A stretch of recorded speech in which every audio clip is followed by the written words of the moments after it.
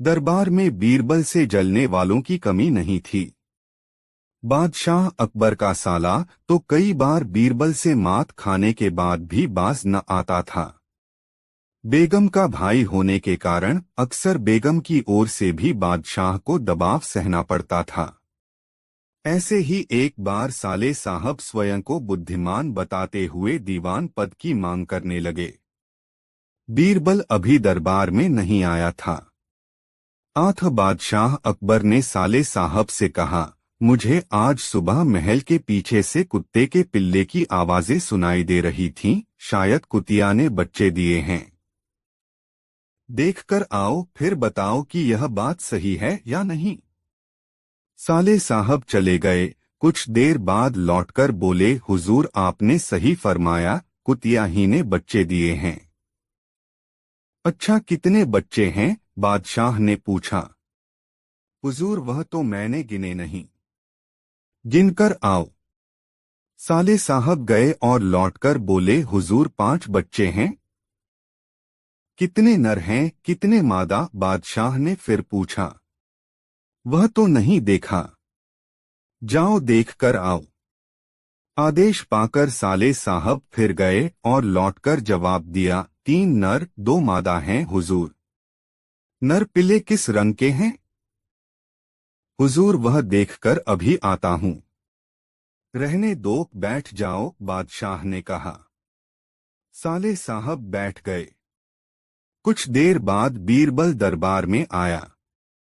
तब बादशाह अकबर बोले, बीरबल आज तुम सुबह महल के पीछे से पिल्लों की आवाजें आ रही हैं, शायद कुतिया ने बच्चे दिए हैं।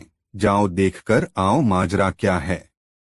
जी हुजूर। बीरबल चला गया और कुछ देर बाद लौटकर बोला, हुजूर आपने सही फरमाया, कुतिया ने ही बच्चे दिए हैं। कितने बच्चे हैं? हुजूर 5 बच्चे हैं। कितने नर हैं, कितने मादा? हुजूर 3 नर हैं, 2 मादा। नर किस रंग के हैं? 2 काले हैं, 1 बादामी है। ठीक है, बैठ जाओ। बादशाह अकबर ने अपने साले की ओर देखा। वह सिर झुकाए चुपचाप बैठा रहा। बादशाह ने उससे पूछा, क्यों, तुम अब क्या कहते हो? उससे कोई जवाब देते न बना। पैसे की थैली किसकी? दरबार लगा हुआ था। बादशाह अकबर राजकाज देख रहे थे। तभी दरबान ने सूचना दी कि 2 व्यक्ति अपने झगड़े का निपटारा करवाने के लिए आना चाहते हैं। बादशाह ने दोनों को बुलवा लिया। दोनों दरबार में आ गए और बादशाह के सामने झुककर खड़े हो गए। कहो, क्या समस्या है तुम्हारी? बादशाह ने पूछा। हुजूर मेरा नाम काशी है, मैं तेली हूँ और तेल बेचने का धंधा करता हूँ, और हुजूर यह कसाई है। इसने मेरी दुकान पर आकर तेल खरीदा और साथ में मेरी पैसों की भरी थैली भी ले गया। जब मैंने इसे पकड़ा और अपनी थैली मांगी तो यह उसे अपनी बताने लगा। हुजूर अब आप ही न्याय करें। जरूर न्याय होगा। अब तुम कहो, तुम्हें क्या कहना है? बादशाह ने कसाई से कहा। हुजूर मेरा नाम रमजान है और मैं कसाई हूँ।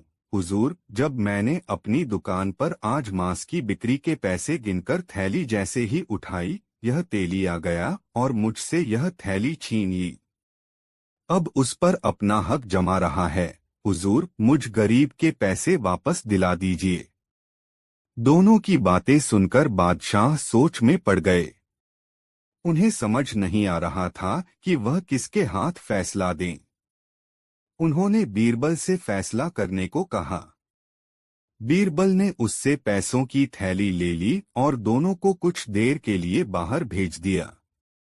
बीरबल ने सेवक से एक कटोरे में पानी मंगवाया और उस थैली में से कुछ सिक्के निकालकर पानी में डाले और पानी को गौर से देखा।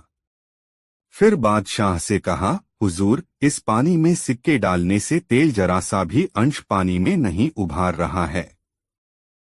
यदि यह सिक्के तेली के होते तो यकीनन उन पर सिक्कों पर तेल लगा होता और वह तेल पानी में भी दिखाई देता। बादशाह ने भी पानी में सिक्के डाले, पानी को गौर से देखा और फिर बीरबल की बात से सहमत हो गए। बीरबल ने उन दोनों को दरबार में बुलाया और कहा, मुझे पता चल गया है कि यह थैली किसकी है। काशी, तुम झूठ बोल रहे हो, यह थैली रमजान कसाई की है। हुजूर, यह थैली मेरी है, काशी एक बार फिर बोला। बीरबल ने सिक्के डले पानी वाला कटोरा उसे दिखाते हुए कहा, यदि यह थैली तुम्हारी है तो इन सिक्कों पर कुछ न कुछ तेल अवश्य होना चाहिए, पर तुम भी देख लो, तेल तो अंश मात्र भी नजर नहीं आ रहा है। काशी चुप हो गया। बीरबल ने रमजान कसाई को उसकी थैली दे दी और काशी को कारागार में डलवा दिया। दो बादशाह अकबर घुड़सवारी के इतने शौकीन थे कि पसंद आने पर घोड़े का मुहमांगा दाम देने को तैयार रहते थे। दूरदराज के मुल्कों जैसे अरब, पर्शिया आदि से घोड़ों के विक्रेता मजबूत व आकर्षक घोड़े लेकर दरबार में आया करते थे। बादशाह अपने व्यक्तिगत इस्तेमाल के लिए चुने गए घोड़े की अच्छी कीमत दिया करते थे। जो घोड़े बादशाह की रुचि के नहीं होते थे, उन्हें सेना के लिए खरीद लिया जाता था। अकबर के दरबार में घोड़े के विक्रेताओं का अच्छा व्यापार होता था। एक दिन घोड़ों का एक नया विक्रेता दरबार में आया। अन्य व्यापारी भी उसे नहीं जानते थे। उसने दो बेहद आकर्षक घोड़े बादशाह को बेचे और कहा कि वह ठीक ऐसे ही 100 घोड़े और लाकर दे सकता है, बशर्ते उसे आधी कीमत पेशगी दे दी जाए। बादशाह को चूंकि घोड़े बहुत पसंद आए थे, सो वैसे ही 100 और घोड़े लेने का तुरंत मन बना लिया। बादशाह ने अपने खजांची को बुलाकर व्यापारी को आधी रकम अदा करने को कहा। खजांची उस व्यापारी को लेकर खजाने की ओर चल दिया। लेकिन किसी को भी यह उचित नहीं लगा कि बादशाह ने एक अनजान व्यापारी को इतनी बड़ी रकम बतौर पेशगी दे दी। लेकिन विरोध जताने की हिम्मत किसी के पास न थी। सभी चाहते थे कि बीरबल यह मामला उठाए। बीरबल भी इस सौदे से खुश न था। वह बोला, हुजूर, कल मुझे आपने शहर भर के मूर्खों की सूची बनाने को कहा था। मुझे खेद है कि उस सूची में आपका नाम सबसे ऊपर है।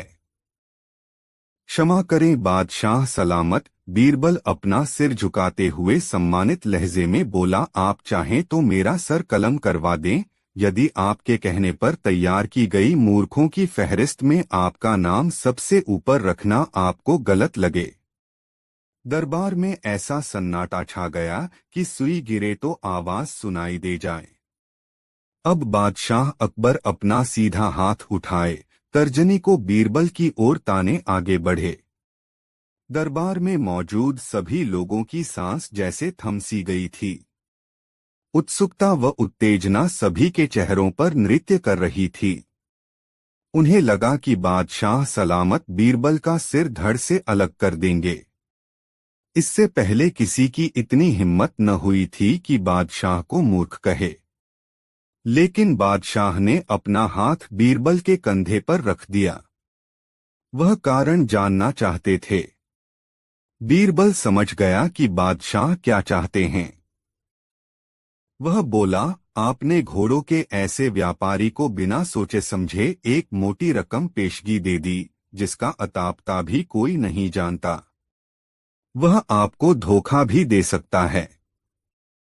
इसलिए मूर्खों की सूची में आपका नाम सबसे ऊपर है।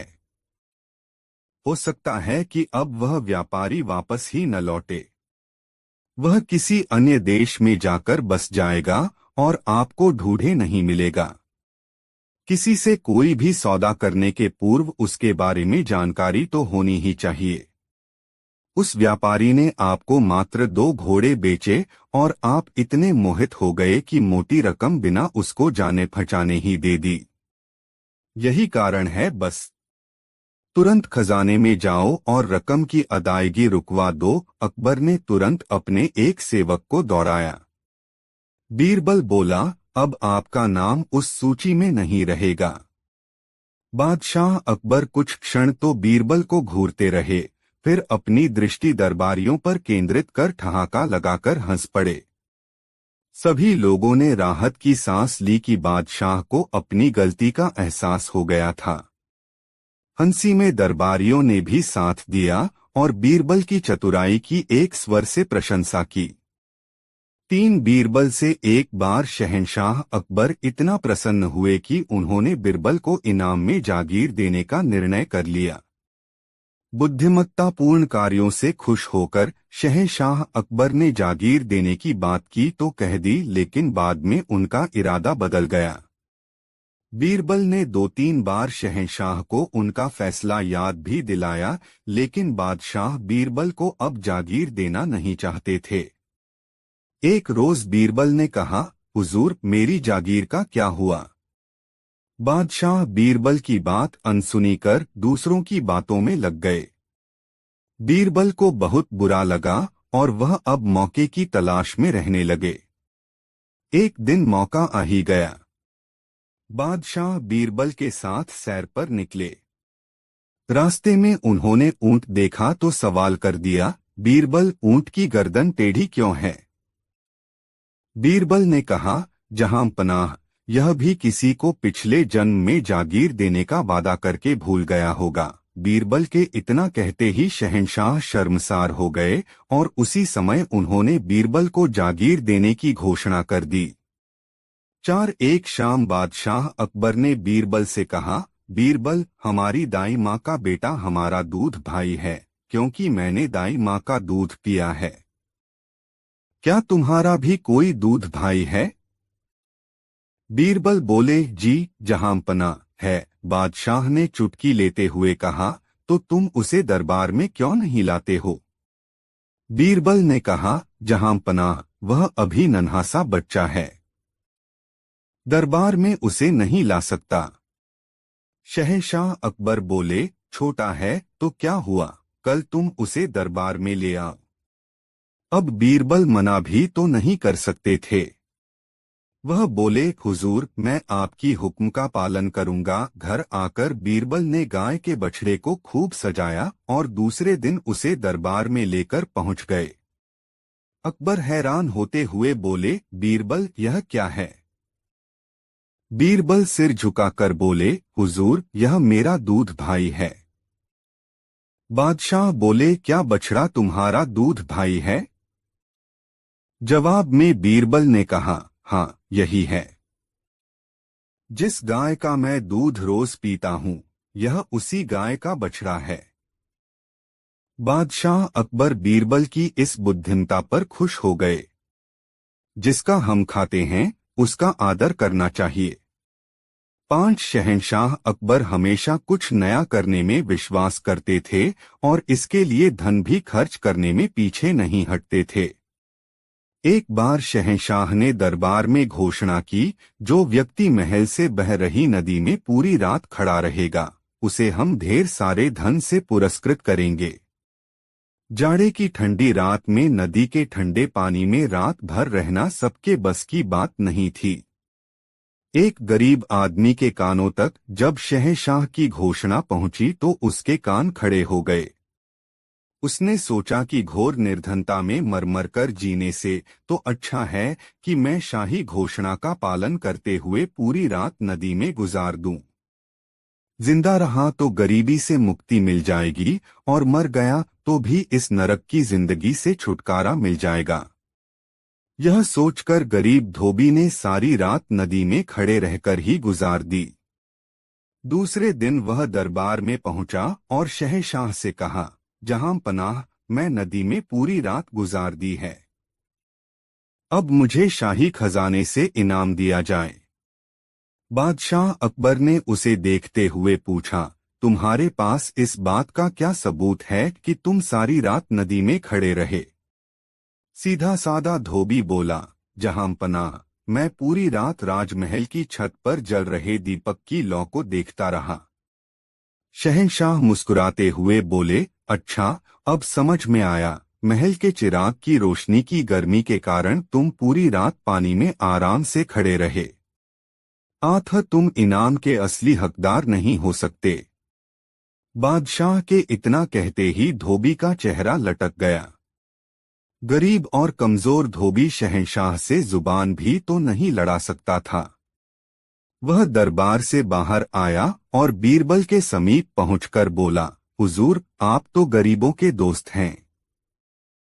मेरा ईश्वर जानता है मैंने सारी रात नदी के पानी में गुजारी है, लेकिन बादशाह ने मुझे इनाम देने से इनकार कर दिया। बीरबल ने पूछा, इसका कारण क्या है? धोबी ने बताया, शहंशाह कहते हैं कि तुमने राजमहल के चिराग की लौ की गर्मी के कारण नदी में खड़े रहकर रात गुजारी है। भला तुम इनाम के हकदार कैसे बन सकते हो? बीरबल को यह जानकर बड़ी ही हैरानी हुई और उन्होंने धोबी को ढाढ़स बंधाते हुए कहा, तुम धैर्य रखो, मैं तुम्हें इनाम दिलवाऊंगा। धोबी भारी कदमों से घर को लौट गया। दूसरे दिन बीरबल जब दरबार में समय से नहीं पहुंचे तब शहंशाह ने एक नौकर को उन्हें बुलाने के लिए भेजा। नौकर बीरबल के पास से लौटकर आया तो शहंशाह ने उससे पूछा, क्या हुआ? बीरबल नहीं मिले। नौकर ने आश्चर्य व्यक्त करते हुए कहा, हुजूर, बीरबल ने कहलवाया है कि वे तब तक नहीं आ सकते जब तक उनकी खिचड़ी पूरी तरह से पक नहीं जाती। यह सुनकर शहंशाह को बड़ा ही आश्चर्य हुआ कि बीरबल दरबार का काम छोड़कर आज खिचड़ी क्यों पका रहे हैं। जब बीरबल बहुत इंतजार करने के बाद भी दरबार में नहीं आए तब शहंशाह कुछ दरबारियों के साथ स्वयं बीरबल के घर की ओर बढ़ गए। बीरबल के घर पहुंचकर उन्होंने देखा कि एक बहुत लंबे बांस के शीर्ष पर एक हांडी लटकी हुई है और बीरबल उसके नीचे आग जला रहे हैं। शहंशाह को बड़ी ही हैरानी हुई कि कहाँ हांडी है और कहाँ आग जल रही है। ऐसे तो पूरी उम्र बीत जाने के बाद भी खिचड़ी नहीं पकेगी। शहंशाह यह सोचते हुए बीरबल से बोले, बीरबल, यह क्या मूर्खता है? हांडी ऊपर बांस में लटक रही है और तुम यहाँ जमीन पर आग जला रहे हो। तुम्हारी खिचड़ी भला कभी पक सकेगी? क्यों नहीं पकेगी, जहां पनाह, बीरबल ने पूरे आत्मविश्वास के साथ कहा। लेकिन कैसे बीरबल? आँच तो हांडी तक पहुंच ही नहीं रही है। बादशाह ने आश्चर्य से कहा। पहुंच रही है हुजूर, बिल्कुल वैसे ही जैसे महल के ऊपर जल रहे दीपक की रोशनी की गर्मी पाकर धोबी सारी रात नदी के पानी में खड़ा रह गया था। बीरबल ने अवसर का लाभ उठाते हुए अपनी बात कर दी। बीरबल के यह कहते ही बादशाह शर्मसार हो गए और उन्होंने धोबी को दरबार में बुलाकर शाही खजाने में से धन देने का हुक्म जारी कर दिया।